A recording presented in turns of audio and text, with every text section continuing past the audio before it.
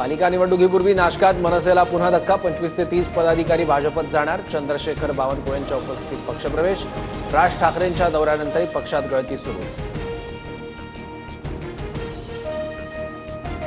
पालघरचे पालकमंत्री गणेश नाईक 24 फेब्रुवारीला ठाण्यात जनता दरबार घेणार। भाजप संपर्क प्रमुख म्हणून ठाणेकरांच्या समस्या जाणून घेणार। शिंदेंच्या बालेकिल्ल्यात भाजप पक्षवाढीवर नाईकांचा भर।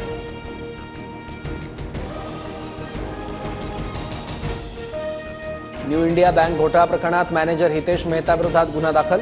तपास आर्थिक गुन्हे शाखेकडे वर्ग। बँकेत 122 कोटींचा घोटाळा झाल्याप्रकरणी रिझर्व्ह बँकेकडून बंदी।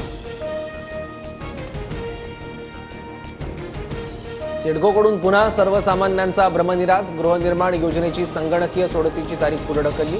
अंतिम यादीनुसार 21,399 अर्जदार पात्र।